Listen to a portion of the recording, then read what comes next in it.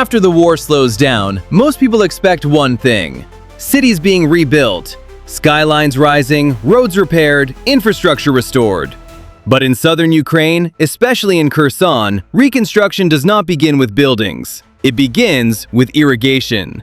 Because in this region, without irrigation, nothing works. And without water, the land itself becomes useless.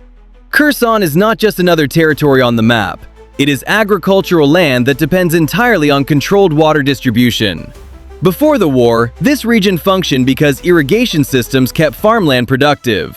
When the conflict disrupted that system, the effect was immediate. Fields stopped producing, economic activity collapsed, and entire areas became inactive.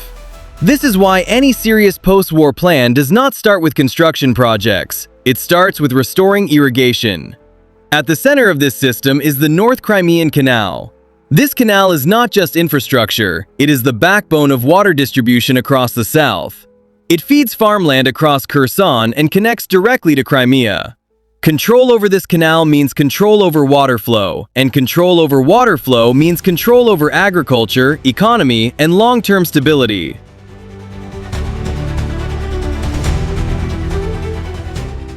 The first phase of reconstruction is therefore direct and practical. The canal must be restored, damage must be cleared, structural integrity must be rebuilt, and water flow must be stabilized. Without a functioning main channel, no irrigation network can operate. Once the main canal is stabilized, the next phase begins. Secondary irrigation systems are rebuilt across the region. Water pumps are installed or repaired, distribution channels are extended, and farmland that has been cut off from water is reconnected. This is where reconstruction becomes visible, not through buildings, but through land returning to function. As irrigation begins to operate again, abandoned farmland slowly comes back to life. Fields that were dry and unused begin to produce again. Crops such as wheat, corn, and other agricultural products can be planted. The recovery is not instant, but within a few planting cycles, output starts to increase. This is a gradual process, but it is consistent and measurable. For civilians, this shift is immediate and practical. Irrigation means work. It means farmers returning to their fields, labor demand increasing, and local income starting to move again. This is where recovery becomes real. Not in large construction projects, but in everyday economic activity that directly affects people's lives. Water stability also affects basic living conditions. Access to clean water improves, sanitation systems begin to function again, and overall living conditions become more stable. These are not highly visible changes, but they define whether a region is livable or not.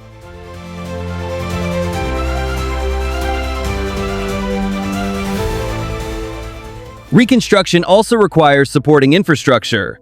Roads must be repaired, transport routes must be reopened, and logistics must be restored.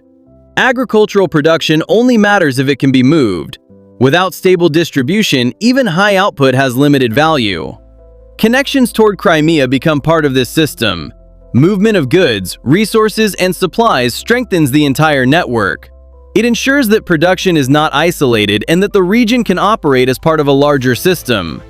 From a military perspective, controlling irrigation is a long-term advantage. A region that can sustain its own food supply is more stable and easier to maintain. It reduces dependence on external logistics and increases resilience against disruptions. This is not short-term tactical gain, it is long-term structural control. From a geopolitical standpoint, this reflects a shift in approach. Instead of focusing only on territory, the focus moves towards sustaining that territory. Water and agriculture become the foundation of that strategy. Control is no longer just about presence, but about function. However, all of this depends on one key factor: stability. If the security situation remains unstable, large-scale irrigation projects cannot function effectively. Even minor disruptions to water systems can have significant impact on the entire region.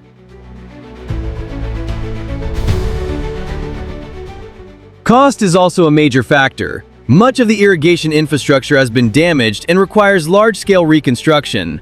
This is not a quick process. It requires time, resources, and consistent conditions. What becomes clear is that Kherson is not being rebuilt as a showcase city. There is no priority on visual development or symbolic projects.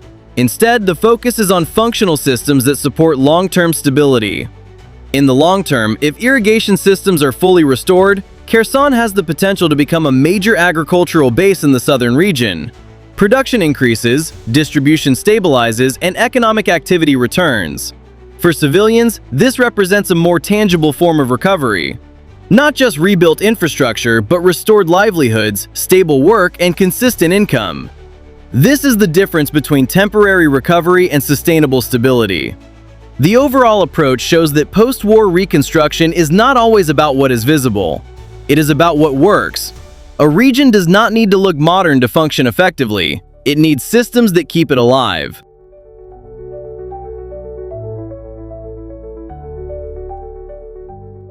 Beyond engineering and logistics, the cost of restoring irrigation across Kherson is significant. Based on comparable canal and pumping projects in the region, rebuilding sections of the North Crimean Canal, repairing gates and embankments, and reinstalling large-scale pump stations could run into hundreds of millions of dollars, with broader network restoration and distribution upgrades potentially pushing the total into the low billions over multiple years. The scale depends on damage levels, security conditions, and how far secondary irrigation networks are expanded.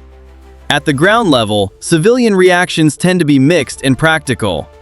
Where irrigation resumes and fields return to production, some residents see immediate benefits, seasonal work, cash flow, and access to water improving daily routines. In those areas, feedback can be positive in a narrow sense tied to livelihoods.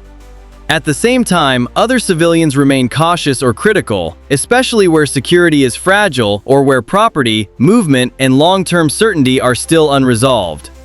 The response is not uniform. It shifts with conditions on the ground. What ties these perspectives together is outcome. When irrigation is stable, agriculture works. When agriculture works, local economies move. Over time, that creates a form of normalization that does not rely on visibility, but on function. In Kherson, reconstruction is measured less by what is built above ground and more by whether water keeps flowing, fields keep producing, and civilian life can operate with predictability again.